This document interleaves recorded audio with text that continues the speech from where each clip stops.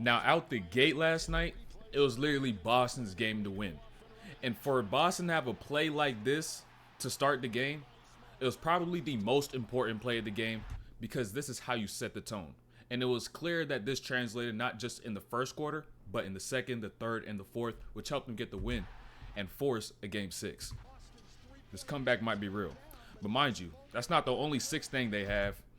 They had a 6th teammate on the floor, which is Kyle Lowry, because my goodness, with no Gabe Vincent, he was playing so buns. We're going to get to that. We're going to show everything, bro. They had a whole 6th teammate.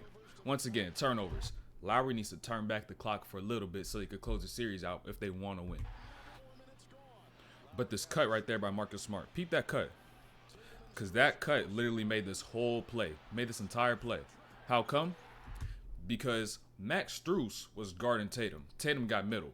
And now he led him to his help. Which is now Jimmy. But Max Strus didn't even realize that Marcus Smart relocated along that baseline back to that corner. How come? Because Max Strus' back was turned while Marcus Smart made that cut. So Strus thought he was just leading him to his regular help. But in reality, he was not. Marcus Smart was big time, though. And mind you, he had what, 23?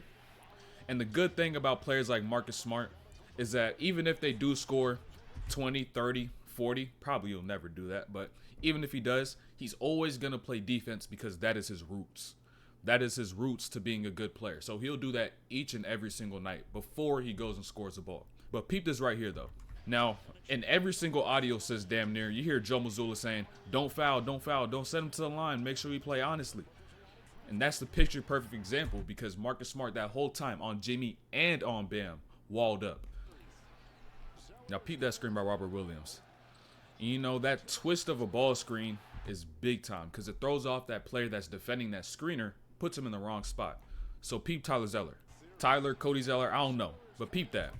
So Robert Williams comes up on that right. Then he twists back to that left. And so now what Zeller does is that he's going to go step over left, but he's going to overstep, which now leaves this split right there for Tatum to be able to go down straight to that lane and get that bucket. And not only does he do this once, he blows the coverage twice on the twisted screen. And it may just be 4 points if you just look at it at the surface level, but that dunk right there fueled another run to help Boston be able to maintain this lead. So I know he got an earful as soon as he hit the bench right there on that timeout. Now peep Tatum right here defensively. It's great defense on a spin. It's not often you see a player defend a spin this well because most players see a player begin to turn their back and they either overstep and continue to go in that one direction or they try to go and bump as if it's a post up. But what you got to do in the spin is be able to step and recover and beat him to the spot. So notice this. Jimmy right here gets to his move. Tween. He has this little gap, notices it, and look what Tatum's about to do. Beat him to the spot, and then get up and give him a clean contest. That's how you're supposed to defend spin moves. It takes a lot of discipline and awareness, though. But now Jaylen Brown. Jaylen Brown showed up. He did what he needed to do, but he didn't need to do too much because of White and Smart. But those hang finishes right there is key. So peep this, right? This is where the weight room is so valuable because when you get to higher levels, the higher level you play, the more disciplined defenders you'll face. So now when you get into these finishes, you'll need these finishes more in your case, in your bag. And if you're not, you're going to be down bad. And now once again, Kyle Lowry, right? Kyle Lowry, what'd I tell you?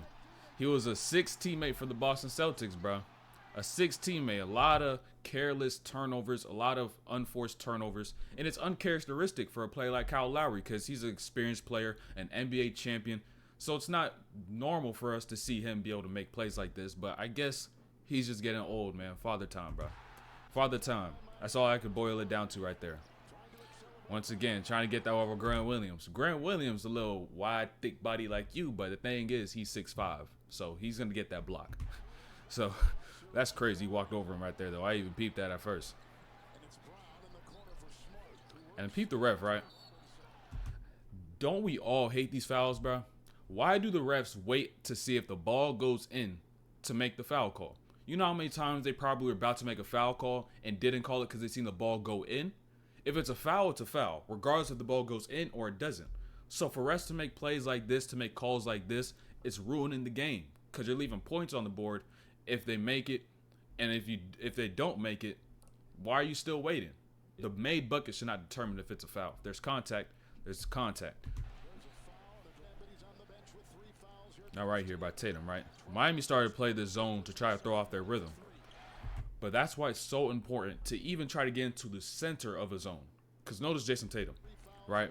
Takes 2 dribbles in, gets a few feet out from the elbow, and he gets the full attention of 3 defenders. So now all he has to do is just toss it right back to Derek White, and now he has an open 3.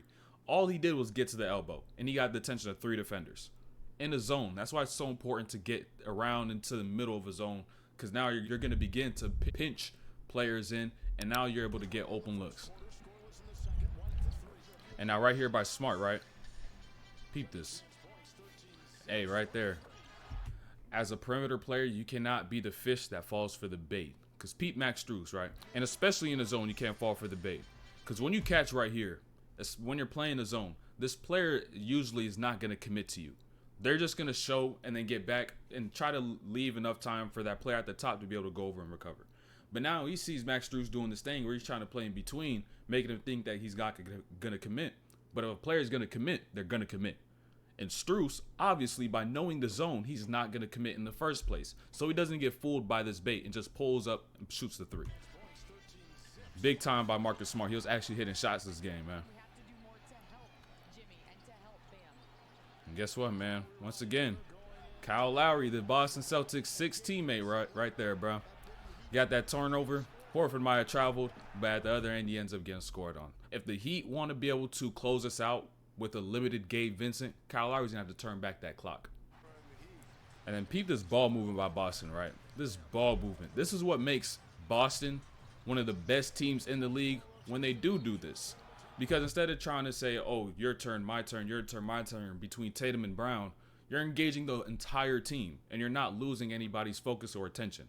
So if they play this style of basketball consistently, they're at least one of the top 3 best teams in the league. But consistency is always a factor, so it's hard to say that they'll be top 3 because they're inconsistent. Now peep that right there. This is also what messes them up too, though, is that there are times where Tatum and Brown drive, and could they get to the rim and force up a layup or force up a midi? Yes, they can. Could they make it at times? Yes, they can. But there's a more obvious and a much better pass to make that they don't make, and so it's going to eat away at them. So peep this right here. Gets the crossover, gets downhill. Grant Williams wide open in the corner, but he goes to the lay. And these are the plays that will hurt them when they're playing in close games. But luckily, this wasn't a close game, really. Got Highsmith from the corner. Knocked that down. He was big time, right? No Gabe Vincent. He stepped up in the rotation. But the thing about the Heat, they just do not go away. They just simply do not go away. It don't matter. It could be a 30-point game, 20-point game. They're going to always try to inch back and eat back at that lead, bro. And it's going to be someone that's always going to do it. Now right there, Jaylen Brown, Derek White, miscommunication. Highsmith gets open. You'll live with the shot right there by Highsmith, right? You'll live with those shots. But the thing with Miami, like I said, they don't go away.